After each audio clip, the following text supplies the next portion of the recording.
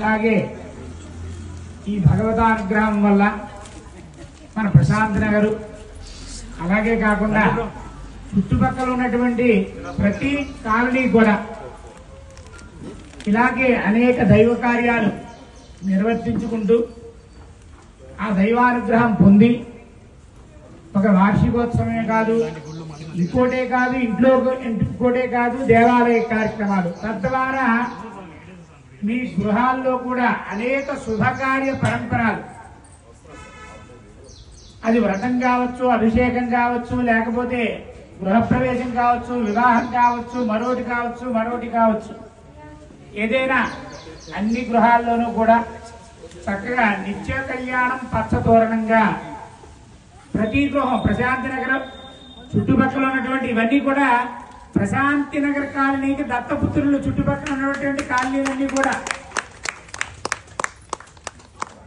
అలాగే ఆ కాలనీ వాళ్ళందరూ కూడా చక్కగా దేవాలయం అభివృద్ధి విషయంలోనూ తద్వారా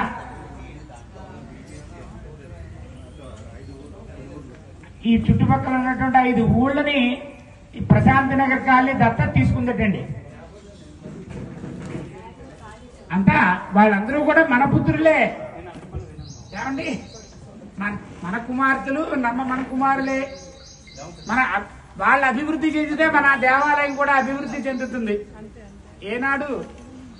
ఆనాడు ఎటువంటి పరిస్థితిలో మనం ఈ గణపతిని ఇక్కడ పెట్టుకున్నాం ఏమంటే ఆ రోజున సత్య కాదు, ప్రసాదే కాదు, శ్రీనివాసాచారి గారే కాదు, వెళ్ళిపోయిన కాలనీ చేసిన శ్రీనివాస్ గారే కాదు, అంటే పేరున మనం చెప్పలేం, గుర్తుండకపోవచ్చు. శాంతారామ గారు, సత్య గారు, ఇలా సంధ్య గారు, ఇటువంటి వాళ్ళందరూ కూడా అప్పటికప్పుడు పూనుకుని ఎప్పుడు మధ్యాహ్నం 11, 12 ఆ ప్రాంతం అయింది.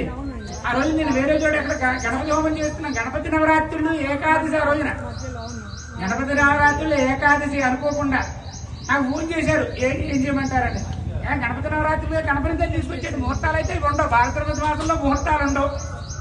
ఏమిటి పరిస్థితి అన్నారు. గణపతిని తీసుకొచ్చాను, పెట్టేద్దాం గణపతి నవరాత్రులు కాబట్టి అనుకున్నా. అప్పటికప్పుడు పెట్టడం జరిగింది. ఏదో చక్కగా ఆ రోజు నుంచి దినదిన ప్రవర్ధమానం అవుతూ చక్కగా ఈ స్థాయికి వచ్చిందంటే ఇక్కడ ఉన్నటువంటి ప్రతి మనిషి యొక్క శ్రమ దీంట్లో ఉంది. దాంట్లో ఎటువంటి సందేహం లేదు. ఎవరికి తోచింది వాళ్ళు ప్రకాశవంతంగా కనిపిస్తుంది. మందార పువ్వే కనిపిస్తోంది, చిన్నది నిచ్చిమల్లి పువ్వులు కనిపించట్లేదు అనుకోకల్లా. చిన్నది రూపాయి ఇచ్చినా, 10,000 ఇచ్చినా, 10 లక్షలు ఇచ్చినా అందరూ కూడా చక్కగా ఈ రోజున మన ఈ దేవాలయాన్ని మనం అందరం కూడా మీరందరూ కూడా అభివృద్ధి చేశారంటే దాంట్లో ప్రతి మనిషి శ్రమ ఉంది. దీంట్లో ఫలానా వాళ్ళని పేరు పెట్టడానికి లేదు, ఫలానా వాళ్ళని మానేయడానికి లేదు. ప్రతి మనిషి యొక్క శ్రమ ఉంది. ఇలాగే చక్కగా మన అభివృద్ధి చేసుకోవాలి దేవాలయాన్ని.